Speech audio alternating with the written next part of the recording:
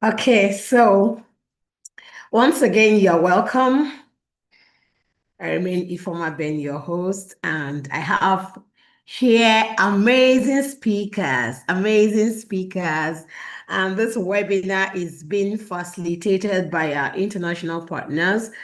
I would be reading their profile and introducing them soon. And shortly before we begin our conversation today.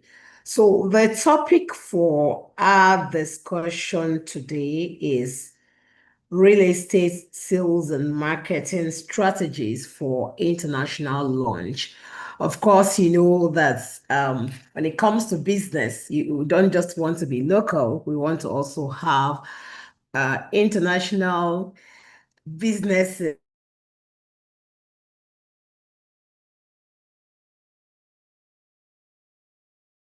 will need to, even as lawyers, for lawyers who are on the call, for us to advise our clients. We need to understand the client's business and also advise them when they want to expand their businesses abroad and in other locations beyond Nigeria. So this is also very critical for us to know and learn about these strategies so that we are well positioned to render the necessary services. So to lead us through today's presentation and in our masterclass today are two amazing women, two very, very amazing women who are already here and ready to dish out value here. So we have Hand Maktari. I just hope I'm not murdering the name anyway, so you can correct me later.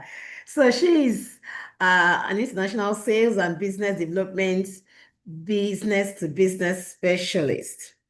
So she's well experienced selling luxury new build homes with a proven track record spanning over 20 years across international markets. She's highly adept at identifying emerging markets with strong background leading sales across various countries like Europe, UK, Middle East, Africa, and India. She also very good at diversing and executing innovative sales and marketing strategies via a well-established and trusted international broker network, which optimizes commercial performance, selling residential development to investor-led and private HNWI clients. Handy, you're most welcome. Say hello to our audience. Thank you very much, Ifoma. Hi, everybody. It's a pleasure to be here, and I'm really looking forward to speaking to you a bit more over the course of this next hour or so that we're together. Thank you. Okay. All right. And so I will introduce Zara, then we then proceed with the presentation. So we have another amazing speaker, Zara Moen. She has over 20 years experience in real estate management and construction, and she currently serves as a director at MB Consult since 2022. She also collaborates with teams to deliver tailored real estate solutions, leveraging expertise in sales strategies and operational management. She previously contributed to regional sales and legal progression strategies at Berkeley Group PLC, fostering growth and streamlining processes. Committed to driving impactful results and fostering collaboration to achieve organizational goals. She's passionate about optimizing operations and delivering high value-driven outcomes in the real estate and residential development sector. Zara, you're most welcome. Thank you so much. That's a lovely introduction. And yes, very passionate and very keen to share what we've got with you today about taking the next steps and how we can really bolster your investments and get these developments seen and heard and the best way to do it. That's great. We anticipate this presentation. So without wasting time, we'll go right into the presentation. Like I said earlier, today's discussion will focus on real estate sales and marketing strategies for international launch. So we want to go global and not just play doing local business. So we are going beyond Nigeria. We want to expand our businesses and our network. So whether you are in the service industry or you also work in the real estate sector, you also have great things to learn. We have different stakeholders here. We have lawyers, we have developers, we have other stakeholders, real estate company owners. So, and I believe all of us would learn one thing or the other for all the stakeholders and professionals in the space. So I would now yield the floor to Zara and Hand to take us through today's discussion. Thank you very much, Ifeoma. Thank you. Thank you, Zara. Right. So as we said, we'll go straight into it. The topics that we're covering today are really relevant to everybody that's on the call. As Ifeoma said, there's different people from the industry, whether it's lawyers, company owners, real estate brokers, real estate developers. Between Zara and I, we really, we work with the whole cross section of the industry. So just to start off, Zara and I are going to cover different parts of this presentation today. And Zara will just start with the presentation outline, and then I'll take over on the introduction, and we'll go back and forth, so you get to hear from both of us as we go along today. All right. Just to let you know up front, we've got the chat box. If there are any questions, please type it into there. And at the end, we will try and cover off some of that Q&A. And we'll, as we go along. Can I kindly ask that you keep your mute button on? Just so, yeah, perfect. Thank you very much. Okay. All right. So I was just saying that with the Q&A, put any questions that you might want to ask us in the chat box, and we'll cover off as much as we can at the end. But mostly we would like to engage with you on an individual basis so we can get you some really tailored answers, and perhaps discuss any requirements that you might have individually with you. And we'll cover that off at the end. Thank you for your time today. Right, Zara, over to you. Hello. Right, so sales and marketing strategies for international launch. Well, for any launch, if I'm honest with you, it's challenging. Standing out in front of your competition, whether it be locally down the road or regionally, nationally, and internationally. Essentially, all the basics are very much still the same. There's just an additional level where you have to justify all of that, as well as why people shouldn't invest in other countries that are neighbouring to you.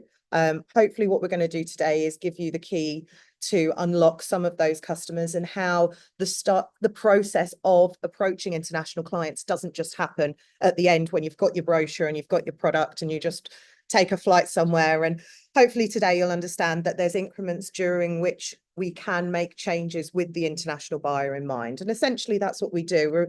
We're there to make sure that your development stands out amongst the rest. So some of the things that we're going to, oh, technical issues already. There we go. Just to introduce myself again, obviously, I'm Zara. I've been doing this for quite a long time, so is Hend. You can contact us both via LinkedIn, and we'll happily give you lots of explanations and examples of projects that we've taken internationally, covering various different regions. But yeah, that's what we've done. And we've partnered with a lot of developers over the years. Some of the stats that we've seen last year, we saw 812 completions. We've looked after 763 developments so far. And it's not just about spending money. Believe it or not, having a detailed sales and marketing strategy in the long run can actually save you money. And one of our most recent clients actually saved 120,000 UK sterling on their sales and marketing budget in achieving sellout. So that's something that we're passionate about as well. We don't ask for an endless check. Right. Introduction, step one. It's 5 steps, by the way, just to manage everyone's expectations. So really bite-sized chunks. So yeah, Hend, over to you.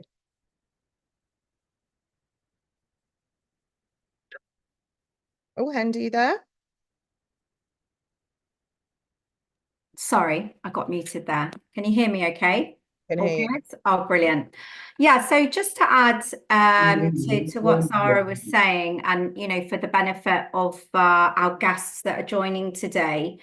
So I'm currently sitting in the UK. I am in England as we speak. Just for clarity, I have lived and worked across the Gulf and Africa for these 20 years plus. As mentioned in my bio there, I have been coming down to Nigeria since 2008, where I've been sort of actively working with various different property developers over the years, and had actually lived and worked in Nigeria, based in Lagos, Abuja. I've been to Ghana, I've been, also across to East and South Africa many times in real estate capacities on working with various developments, whether they are in the UK, in the UAE. I've also worked quite closely with some private clients in Nigeria and across Africa for their own developments.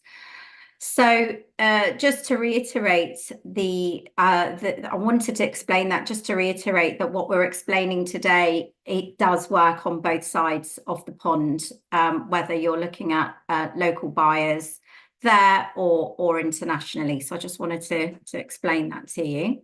So as part of our introduction, just admit a few more people, bear with me, sorry. Okay, as part of our introduction, we want to briefly define the importance of effective sales and marketing in real estate, highlighting the opportunity of launching developments that meet international standards. Okay, so what do we mean by that? So again, with what I just said, whether you're selling property in Nigeria locally to Nigerian buyers, or whether you want to attract people from outside, or whether you want to collaborate in a partnership and work on a sort of more B2B basis, which we'll get into shortly. It's really important that the identity of your property and your development would meet what we would expect internationally, so your property can appeal both sides. So we'll go into that a little bit more just now. Can we just pop over to the somebody else coming into the next page, please, Zara? Thank you. And do you want to cover over this part, actually? Yeah, absolutely. Yeah. I mean, in terms of the stages of sales and marketing development, one thing you have to do is your market research. So obviously you do that as part of any land appraisal. You understand what its strengths, its weaknesses, opportunities and threats are of that land. You then take that and you compare it to your competitors. You see what they're doing, what they're not doing, and you look at trends. Again, through planning, you know what the market demands, you know whether you're building 1 beds, 5 beds. This is all driven, but essentially how useful, it's not just useful in terms of maximizing a return, it's actually got to be useful to the market. So yes, building 5 big houses might be more profitable. However, is that what the market is demanding? And looking at that from a local with a local mindset and a national mindset, you know what you need in certain areas. Internationally, you have to see what their trends are. You know, are they buying 1 beds? Are they buying holiday homes? That's a huge difference in terms of what the amenities that you would need to buy, you'd need to provide. So market research is so key. And again, looking at what other developers are offering in your neighboring countries and in the region, standing in a room with an international investor, they will expect you to know that. And so starting right from the beginning and using that land appraisal and just really taking it one step further and saying, great, this is what we're up against locally, this is what we're up against nationally, but internationally as well. What are we seeing? What kind of rental yields are we seeing? What kind of specification are we seeing? What's demanding? We've seen a shift really into lifestyle, and people are aspiring to certain lifestyles, which means concierge, it means communal areas, whereas 20 years ago when I started, that was just a service charge cost and people just wanted their apartment or their house and that's it. But we're really moving towards a hotel-led concierge service style of apartment blocks now, and that trend obviously is set to continue with time. Positioning in terms of your unique selling points, it's very, very easy to forget that international clients don't necessarily understand the local nuances of why this side of the road is better than that side of the road, why this color brick is different to that color brick. Making sure that no USP is left off of your list when you're selling your development is really key here, because you're explaining to them a micro market that they might not be aware of. And so making sure that you bullet point these, we'll talk about how to, communicate that later on, but essentially defining them and sitting down and saying, right, what is it about this development that I can take overseas, and not just overseas, but nationally? What are my unique selling points? Seeing what's doing well and what's not doing well, speaking to international estate agents and understanding that will also help you product design. So integrating certain bits of technology that have done well at other developments, whether it be, with air conditioning, heating, voice recognition, keyless entry, these parts of the specifications that, will essentially have an impact on your build cost, but essentially might, double what you make by positioning yourself in that, in that technology driven, sustainable market. When you're sat there with somebody who hasn't got those things at another development, it's a real USP. So this part of the process is really about drilling down how you can be a step ahead of others, as well as where they are and how you can drive your development forward. And of course, finally, branding. Branding is by far one of the most important things that you can do from the offset, in terms of positioning your product, regardless of what you're selling. Creating a strong brand identity that resonates with your buyers and reflects the quality that you're looking to deliver. There's lots of research that has been done into various colorways, what orange represents, what red represents, what purple represents. If you know what you're building and you know who you're building for, it's key that that brand taps into that, whether it be colors, fonts, sizes, etc. So make sure that you spend the money at the earliest stages of getting those key things right. It doesn't have to be anything more than a logo, but even just by giving it a name and giving it a place, it then becomes recognizable. And those are really key elements as part of the setup of bringing something to launch, I would say. Hend, have you got anything to add? Yeah, I think I agree, probably nothing to add there, just to, yeah, exactly. I think the identity is really, really important. Really identifying, what would be relevant to their target audience. And that goes for all ends of the market. So, perhaps the different people that we've got on guests, it might be their own land, or they're thinking of developing their own property. It might be, and this is, relevant because it could be anything from sort of low cost housing, Absolutely. right through to luxury. What we're explaining to you today isn't just about luxury property. No, not at all. It can go the whole spread. Obviously, the market over there is so diverse. But still identifying these things, whether it be low cost or into the multi-million dollar. It's a touch point, isn't it, Hend? It's a touch point so that they recognize instantly the opportunity that they were presented, even if they don't buy that day. It's instantly recognizable if you've done a good job as to, you know, the location and what that house is going to be called or built, a color. It just, they recognize the brand as you go along. And if you put the time and effort into creating that vision at the beginning, then it really rewards you throughout the sales process, whether it's one house, 20 houses, one apartment, 20 apartments. Exactly. Yes. Yeah. Thank you. Right. So yeah, that leads us on to, you know, once your brand is set, you know, once you've identified what your, you know, in terms of your target audience, what are those USPs? What are the unique selling points about your development that you want to get that message across?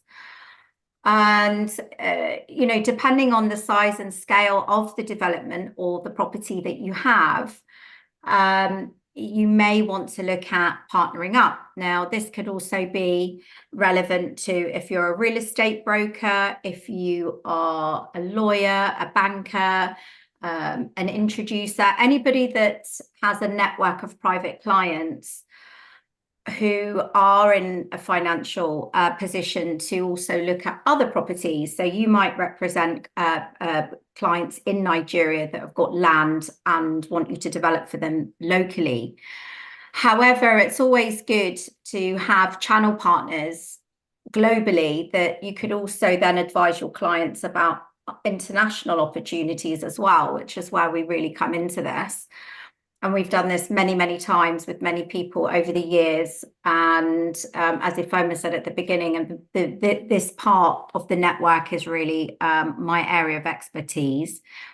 So the partnering up is really important, because you'll then give you a gateway for international coverage. So if you have a relationship with us over here or different countries, so that immediately gives you that exposure to partner up with agents, whether it be in the UK, whether it be in Europe, whether it be in other parts of Africa, whether it be in the US, the Middle East, beyond, anywhere in the world. The network partnership works in the same way. So it allows us to build the relationship between developers, investors, the other associated partnerships. Of course, legal is always a huge part of that, because all transactions need a lawyer. Usually a banker is a really important part of that, because in most countries or your clients are looking to leverage financially. That's also a big part, and we need the financial expertise sometimes, you know, to advise us on, you know, getting the money in and out of countries and advising us on mortgages and that element. So the B2B relationships really are super important. And that could be anything from, you know, partnering with a huge global agency like you know, some of the big five that are around the world, to a private individual who doesn't have a big brand but has a really good network of clients. So whether it be, you know, from the largest to the smallest organizations, the B2B relationships, in my opinion, are critical. I know that in Nigeria as well, relationships are a really important part of this. You know, you want to work with people that you can trust. You want to work with people that will elevate your reputation over there by bringing to the table really legitimate offerings, and work with legitimate and well-reputed developers or other corporations that might help with that business. So between Zara and I, we've got an immense amount of experience in this arena. In, you know, almost every single client roadshow that I've done over the years, I've always worked with local partners. So it's really important that you've got the right product. How we first met. Yes, exactly. It is. So Hend and I had a friendship before we were even in the same country. I remember it well. I was in the UK at the development, and Hend was globetrotting. And I think one key thing that you've just sort of touched upon there, it's essentially making the international markets feel local. And, you know, technology has come such a long way. Hi, Hend, just to let you know, this plot's now available, or hi, Hend, please see attached, or hi, Hend, look at the weather at this development at the moment. And it's little, you know, you've got so many ways of delivering that sort of stuff now with Snapchat, LinkedIn, you know, all these sorts of tools that we never had, back Yes. then, but it really makes those international markets feel local and feel part of it. And if you're using agents and networks of those individuals who have networks who are going to sell, it's absolutely fundamental that you bring them into the fold and you make them feel that they are a part of your development and they're sitting around board tables with you. And it's that communication that essentially has turned into us presenting to you today on what we did. Really. Exactly. So, the partnerships are, something I'm really passionate about.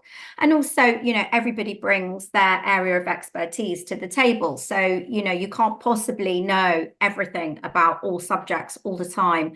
So working in unity is really important. Collaboration's really important. So, and again, with any type of transaction, whether it be, like I said, a small low cost development or property right through to the super luxury, the transaction process is the same. So, we need the person to bring the client forward. We need somebody to potentially bring finance forward. We need a lawyer involved. We need an experienced agent involved. So there are, the process, that business model, can be moved to any of these types of transactions. And of course, depending on the scale, the bigger that you go, obviously, the more marketing budget that would be available. And then, again, that would give us the opportunity to bring more partnerships forward and potentially organize things like campaign events, which we'll talk about the launch in a moment. But, these individual buyers looking for, whether it's for an investment, so they can get a buy-to-let or a return, or they're looking for their own personal home, or a second or a third home in some instances, or perhaps they want to invest to secure their children's future. They want to diversify their monies out of Nigeria or into Nigeria or wherever it might be. This platform works in the same way. So yeah, that leads us on to the next slide. And just to interject again, just to remind everybody, if anyone wants to ask any questions, please feel free. There's quite a few people that have just joined since I'd said it earlier, so I'll just repeat it. If anyone would like to ask a question, please drop it into the chat box and we'll try and cover off a few of those at the end. And also we'll put our contact details as well and LinkedIn, so we can also engage with you individually for any sort of tailored specific answers. I just wanted to mention that again. Okay, Zara, would like to go through slide 4? Yeah, absolutely. So in terms of key marketing strategies, I know it comes back to what I was saying to you before: research, finding out what's on the market. Once you've done the research, you know what you want to build, you know how you want to construct it, and you've picked all of the bits and bobs that are going into it. Essentially, it's all about highlighting those features and focusing on things like energy efficient design, sustainable features, whether it be the look, whether it be a special stone feature at the front, engravings, whatever it is that you're choosing to do with all these wild and wacky buildings across the world that you see, you've got to highlight them in a unique way. And that's using visuals such as CGIs, artists' impressions. AI now, makes things extremely cheap and accessible. But essentially, you want to have a picture of the product that you are building. And for me, I know a lot of people, on the international scale, they can't visualize things without it, whether that be internal, inspirational photographs or how they are going to live in this property. From an international point of view, they know what they've got, they know what they're using it for, but you have to almost show them how they're going to live in whatever it is that you're selling. And whatever designs that you've chosen or whatever special features in that early stage of the build and specification meetings, this is your time to really focus on them and put yourselves away from the competition. You create narratives around the story of how you purchased the land, how the community benefits, what the lifestyle there is. Even if people are buying for investment, there is an emotional need deep down in there, whether that be for their children's future, to secure their own finances because one day they want to retire. If you drill down deep enough, there is always an emotional reason as to why people are buying.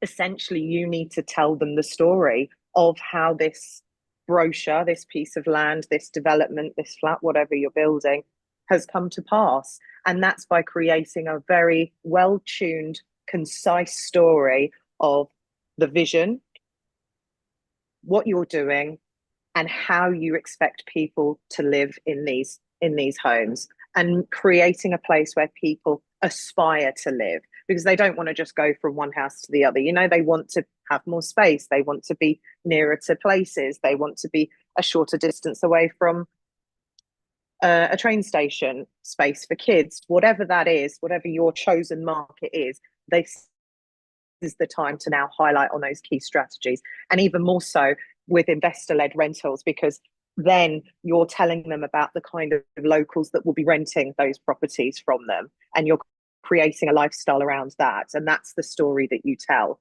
I mean, ultimately, there's lots of tools I'll quickly touch upon now in order for you to deliver that vision to people.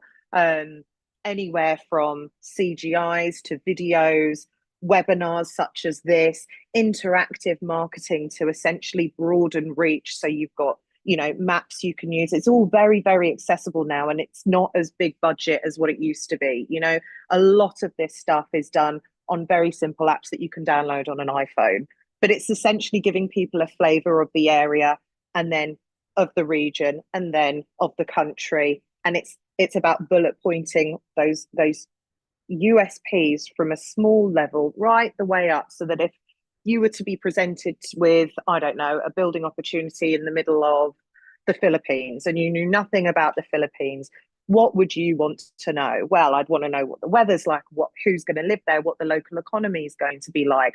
And there's so much information on the internet that you can bring together in line with your partners in the Philippines on, you know, they'll tell you. So really and truly, sales tools digitally, especially when dealing with international clients, are key, and having those available ready when you approach them. Say, right, we're launching now, we've got a video tour, this is what we're selling, watch this 3-minute video from our founders on the vision of this development. Just something short like that, it really sets the tone and sets the mood for the development. And they're not that, you know, they're not that difficult to produce or hard to produce or costly, because at this stage, I know, you know, in terms of marketing and prior to launch, essentially whatever, I mean, I work with clients all the time that have got a sales and marketing budget and say, right, this is for the build, this is for the land, this is for costs like legals, consultants, whatever, and this is what's left for sales and marketing. Sometimes the clients don't have a sales and marketing budget, but you know, they soon find some money when they realize just how important it is.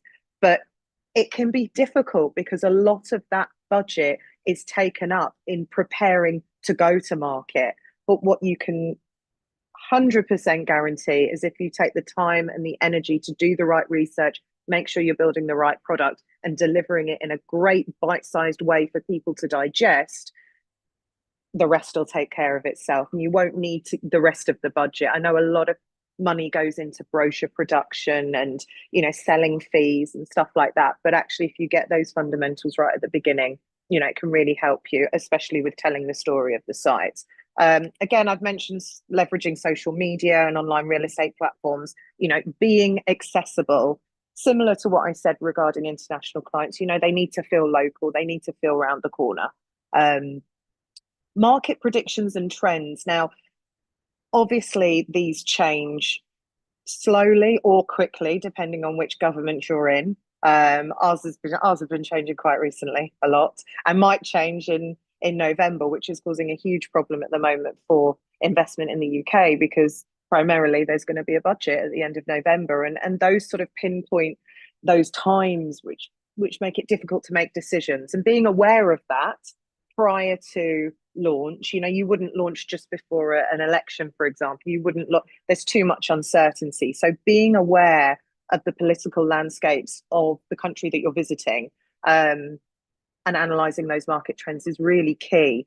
And then it helps you forecast. Essentially, this is the property market is due to go, you know, there's lots of estate agents that do this globally, but this is the forecast for value. If you invest £1 now, it could be worth £7 in 5 years' time. And that sort of knowledge, and give in a digestible way, really shows an international client that they can go and verify that third party, and they've got the information, and everything's there to back up what you're saying. Just one quick point I wanted to say about adopting a phased selling approach. This will only sort of really be relevant to people that are building more than one or two. It's always key to sort of divide and conquer in terms of a development, and it creates, not only it creates demand, but it helps you buy time. That if you have got something slightly wrong, like your specification or your pricing or the look of the building, maybe you've had a lot of feedback on the first house, it gives you time to adapt, and always be left wanting more. And we'll give you a quick call as soon as something comes available is better than having 20 on the market and not being quite right. So I would always advise a phased approach. It also means that once you've created the demand in the first phase, of course, you can start staircasing values and say, well, this sold out at this price. Now this is the newer stuff and this is better. And you align your marketing accordingly. Sorry, I don't know what that blue line is on the screen. I'm sorry if I've done that. It's all right. Thank you. Yeah, so, you know, I mean, with this part, obviously, again, you know, like Zara said, depending on, I mean, it really doesn't matter what size or how many properties you've got when it comes to launching, because obviously you would have still had your build up of all the different points that we just mentioned. And, you know, because social media has now become so big, you know, locally, if you are able to sort of post, especially like progress about your development, people really like to see that. I know that especially, you know, in Nigeria, people are a bit nervous about buying off plan, perhaps, or something that isn't built yet. You know, building that story throughout the stages of the build is really reassuring to buyers, and also to the people that want to partner with you, that they can actually see that you are delivering what you have been talking about. And yeah, there's a level of transparency, isn't there, that really exactly. does show that your integrity is there to deliver the product that you said that you were going to. Yeah. And by putting that online, even before you've bought, you know, it shows a commitment, and that in turn makes international buyers who aren't from the local area, who aren't familiar with the nuances of the local market, it gives them comfort. No, Definitely. you're absolutely right. Yeah, you know, and you know, I had the sort of rise and fall back in the day around 2007 when the financial crisis hit. You know, we had developments and developers in Dubai, for example, and a lot of, you know, people from Nigeria had bought there at the time in different markets, and then things didn't get built. And, you know, now in the last few years, you know, Dubai and the UK, you know, in the last probably 10 years, especially in the last 5, have really been able to re-cement trust with people. And a lot of that has been brought to life because of social media, because of the video footage, drone cameras, photographs, you know, even just simple photographs from you know, on a much more basic level, you know, LinkedIn, websites, sending it to clients on WhatsApp to show, look, this is real, this is really happening, these are the stages of the build, this is how the progress is coming. In some cases, this is the finished article, you know, reassuring, you know, your position and the quality of the build, and that you have been able to finish, you know, on time, or and be able to show that deliverable is really, really important. It's a growth forecast, isn't it? It's essentially it builds momentum, and it introduces a sense of urgency as well, because the last thing that an investor wants is to have missed the boat. And so by saying and showing that there's momentum building, and this is where we're aiming to be in 5 years' time, this is where we're aiming to be in 4 years' time, we're on track to deliver this by the end of the year, we're on track. You're constantly creating that momentum, that in the international buyer's mind, thinking, you know, I need to get on board, otherwise I'm going to miss the train. Yeah, absolutely. And I think, this goes for, again, all sizes. I mean, both you and I have worked with the Barclay Group for many, many years. They are, the largest residential property developer in London and the southeast of England. And even with the developments that they're building, and they've got 50 years of portfolio that they've built, and so many long-standing projects, clients and agents that were overseas that don't know what's happening over here. Those drone footage, the camera, the pictures, sending photographs that we took on a normal camera, or even a mobile phone, really helps cement that, especially when you're sitting 3,000 miles away or 4,000 miles away and you don't know what's happening. So that really works both ways. So, leading up to a launch, taking it back to that, stages of the build is really important. And, obviously with creating a campaign that will give you an execution plan on, getting to that point is really important. So, we talk about, sorry, go ahead. No, in terms of launch, there's one sort of key fundamental thing that I think is really important, and you have got to be ready to launch before you actually launch. If you've got a date in mind and something happens, delay it. Exactly. Move it, because you only get one chance to do this. So in the build up that we've been speaking about, it's so important to get these fundamentals right. If it's not right, as much as you want to launch it, you only get one chance at a first impression. So for example, if there's no visuals, if there's no videos, but you need to start seeing the cash come back in, and you have to keep your powder dry, have to hold your nerve, because otherwise that's it. You get one chance. And especially it's even more cutthroat on an international level, which you'll often find that things have already been launched on a national and local level before it gets international, because by the time you get to that platform, it really is too late if you haven't got your ducks in order. Absolutely. Ducks in a row. Yeah. One of them. I mean, and over here in the UK, we have a saying that says you don't get a second chance at making a first impression. And that really is, with all of this, especially in a hugely competitive market like property, it really is better to delay it. As Zara mentioned, get everything in order, even if it meant delaying it twice.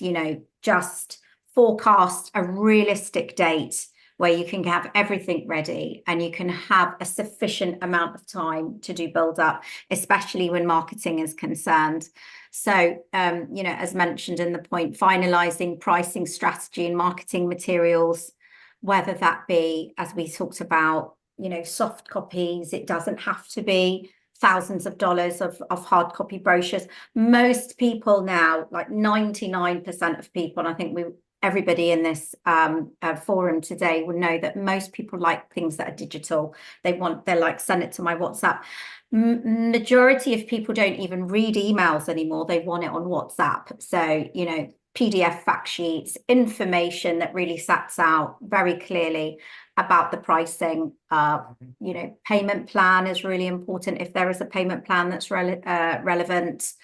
And also, that's our chance to also mention any other additional costs that people need to be aware of, so it's not just the purchase price, but it could also be, as we touched on earlier, service charges, for example, any legal fees that they should be aware of, or even on the fact sheet to mention a couple of recommended lawyers that they can speak to as well. If there is a nominated bank that who would be able to lend on your project.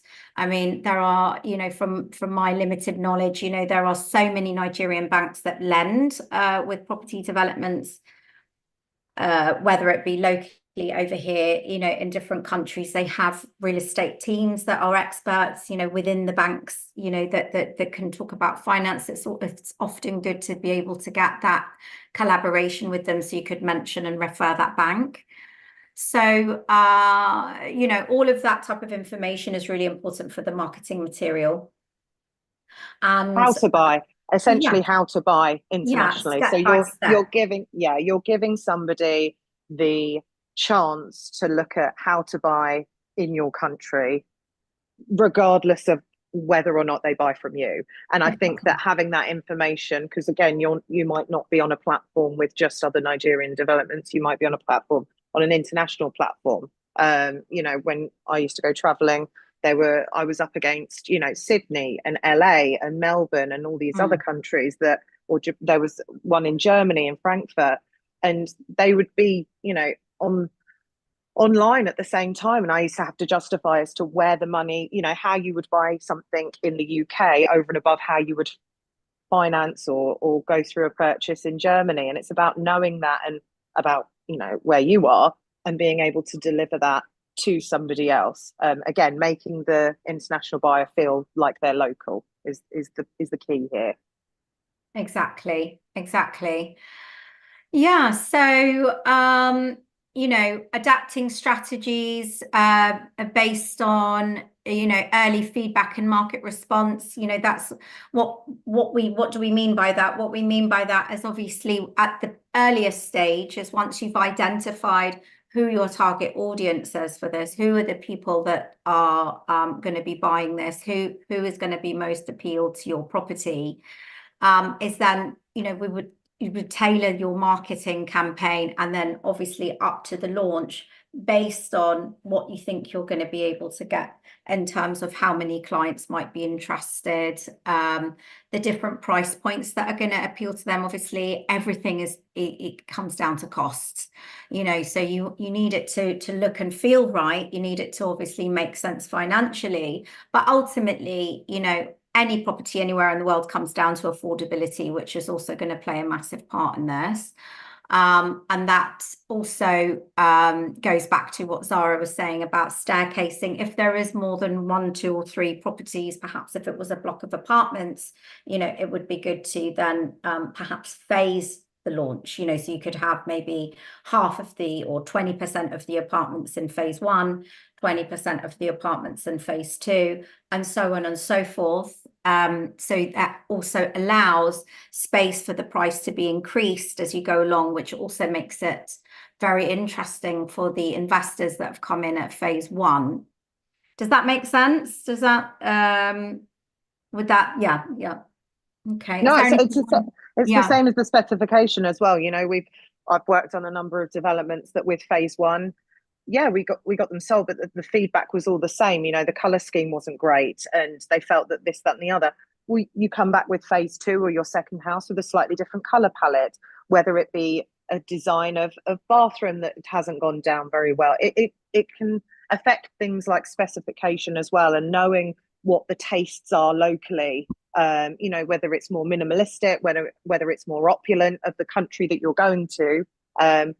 I mean, obviously, taste, and you know, it's very subjective. So you know, you have to draw a line in the sand at some point. But if you're monitoring feedback, and you know, you're trying to stay ahead of this, seeing patterns in feedback and seeing the same comment, you'd be mad as a developer not to take that on board and think to yourself, right, if I actually invest in changing this specification, or if I change the approach, or if I change whatever this small change might be, actually it's a hurdle that I need to get over in order to unlock some further sales. And that's why it's so important to monitor and adapt accordingly, because people that stand there with their development and say, no, this is what we're selling, that's it, you know, later down the line, you'll be really wishing that you sort of maybe considered some of those tiny little changes at the beginning in order to save the day at the end.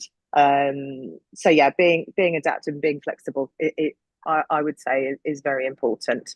But yeah, essentially those are the components that Hend and I feel are really important to sort of emphasize. There's a huge strategic point of sales and marketing, and a lot of people think that it's just about a nice photo, a nice logo, and a brochure, and getting on a plane and going somewhere. It really isn't. The information that you need and the relationships that you need to nurture right from the beginning. I mean, you know, I know that Hend and I were saying about brochures and this, that, and the other. Actually, I've gotten on a flight before, and I know Hend has, with nothing more than builder's drawings.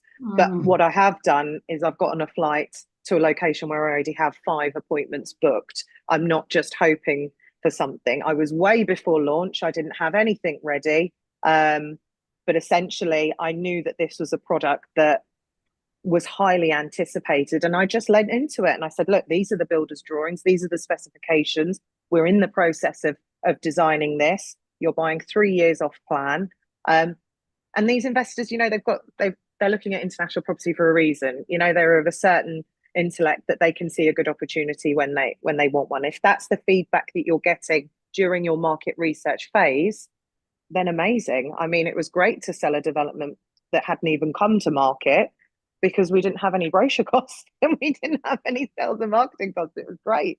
So if the demand's there because you're doing the research and you're speaking to the agents on the ground in those countries, then amazing. So sometimes it isn't necessary to deliver a whole strategy.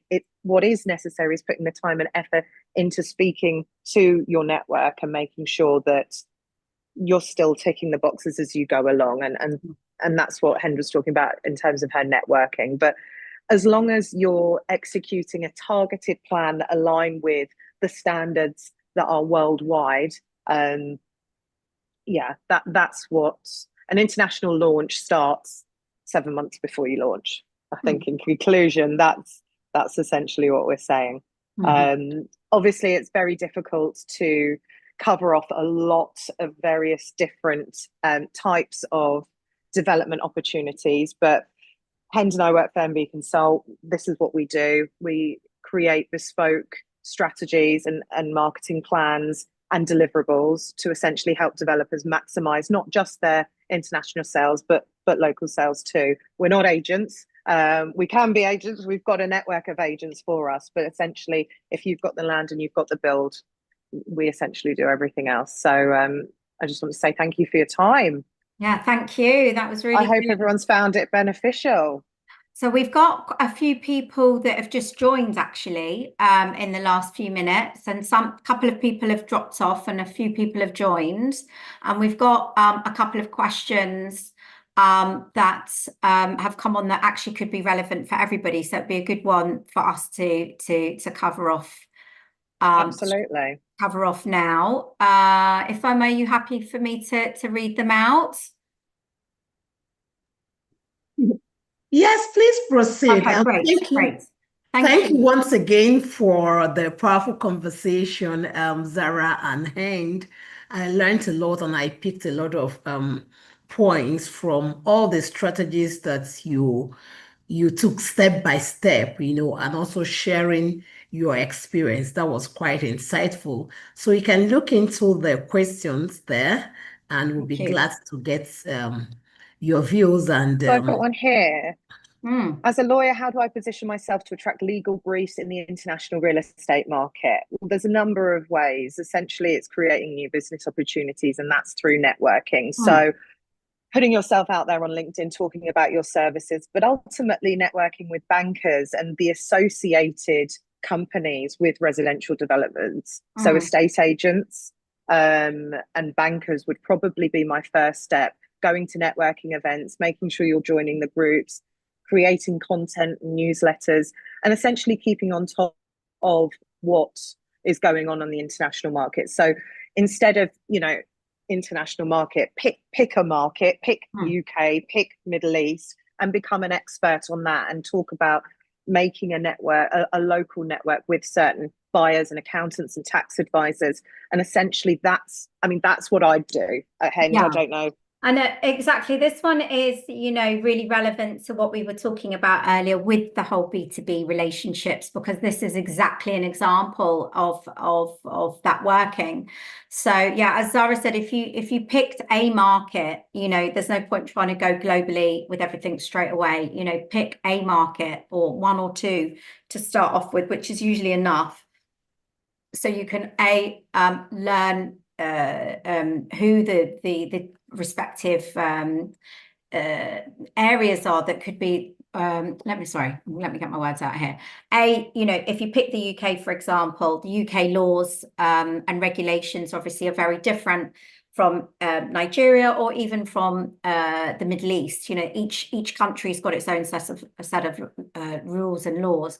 So, for example, if you were able to facilitate conveyancing law, you know, if you were able to help partner up with a lawyer in the UK is one avenue where they might have a Nigerian a buyer and they need some local correspondence. That's one avenue. As Zara mentioned, you know, then another avenue could be, you know, working with the banks locally in Nigeria that have a London branch, for example, or some of them have even opened in Dubai now, where they do lending, mortgages, they've got private clients, they've got relationship managers in those countries who work with people like ourselves, who also work with the agents. And then we have a legal requirement when it comes to the actual transaction. So that'd be an avenue for you to get involved with. But that really does come down to networking and making sure that your experience is available to be seen. Like Zara mentioned, you know, LinkedIn is a big one. There are some networking sessions like this. I mean, for example, in the UK, is a huge group of like Nigerians in the diaspora of the UK who come together, and a lot of them are bankers and lawyers. And you know, I attend some of those as well. So there are lots of opportunities of how you could network to be seen. We've got another one here that says, how do we know the laws and regulations applicable in real estate in the UK? Well, that's the whole point of these fact sheets. I would say that the idea is that if a developer's going out there, you need to take the advice. You need a partner locally to help you understand and to help them understand just the barriers that are in place. I mean, in terms of understanding real estate in the UK, obviously you'd have to do your research. I don't know whether it's looking to develop or looking to purchase. If it was looking to purchase as a UK developer, I would see it as my responsibility to hand you exactly that.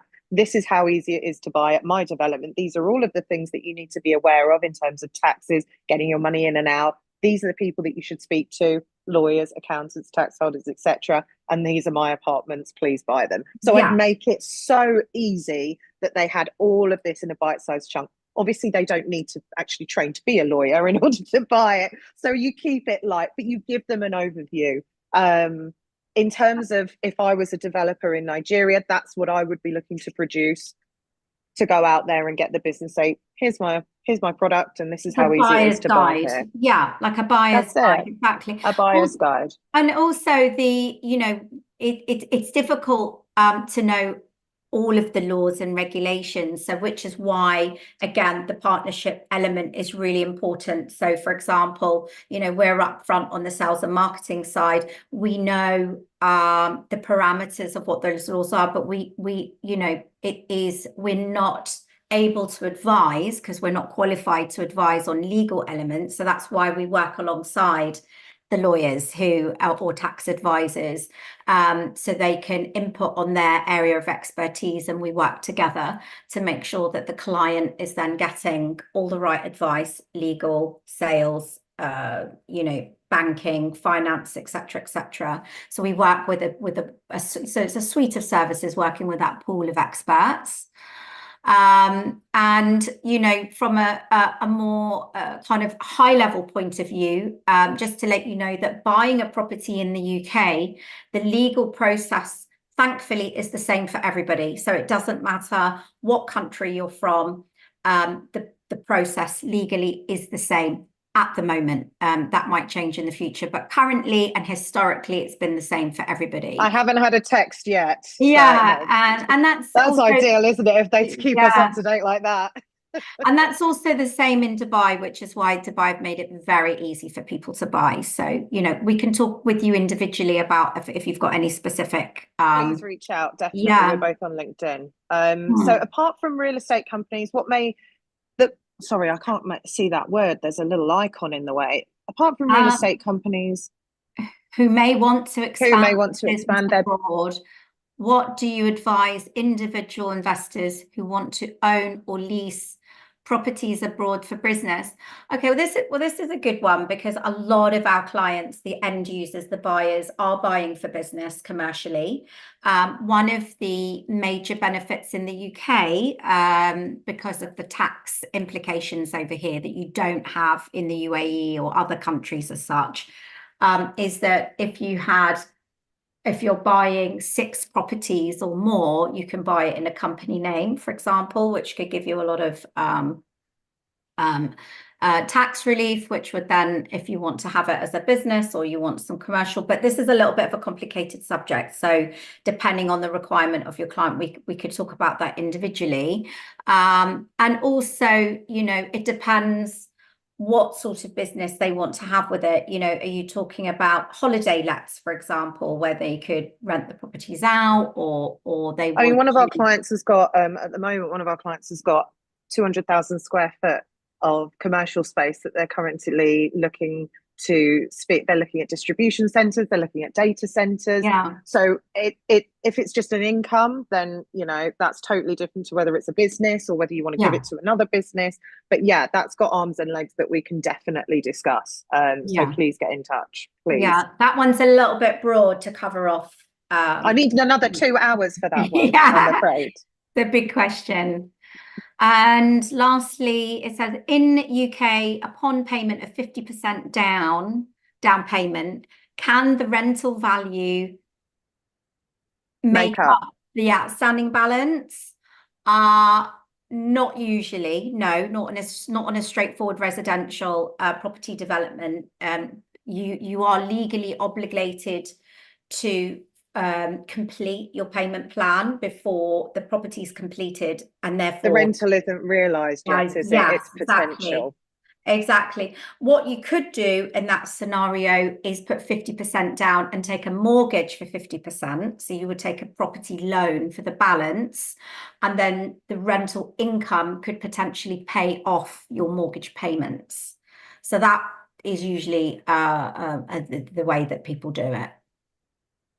Yeah, but again, please reach out to us. We're happy to talk more on an individual. Anyone that wants a copy of the presentation, we have it. We can send it to you. Just let us know. We should be easy to find online, given everything that we've spoken about today. Yeah, especially on LinkedIn. Yeah. Thank you, Foma, for this amazing opportunity. I know. Thank you so much. Those are really good questions. Yeah, really, you know, really delighted to be able to talk to you all today. Thank you for your support.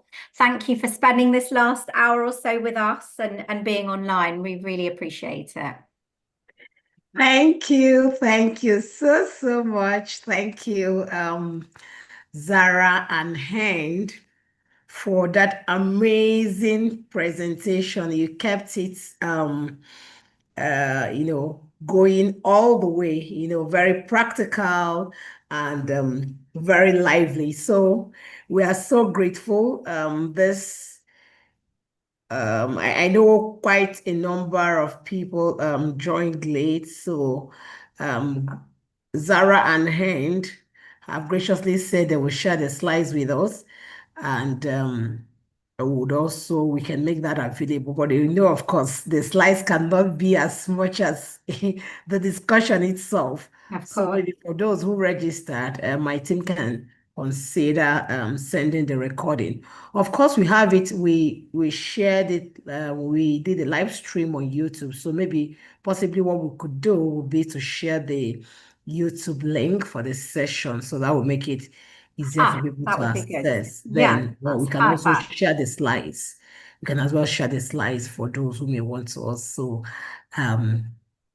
read more. So we just wanted to keep it short and simple and not take so much time, but we know that quite a lot was shared within the 1 hour conversation. And I believe everyone who joined, especially those who joined early, would have benefited so much from the discussion so far.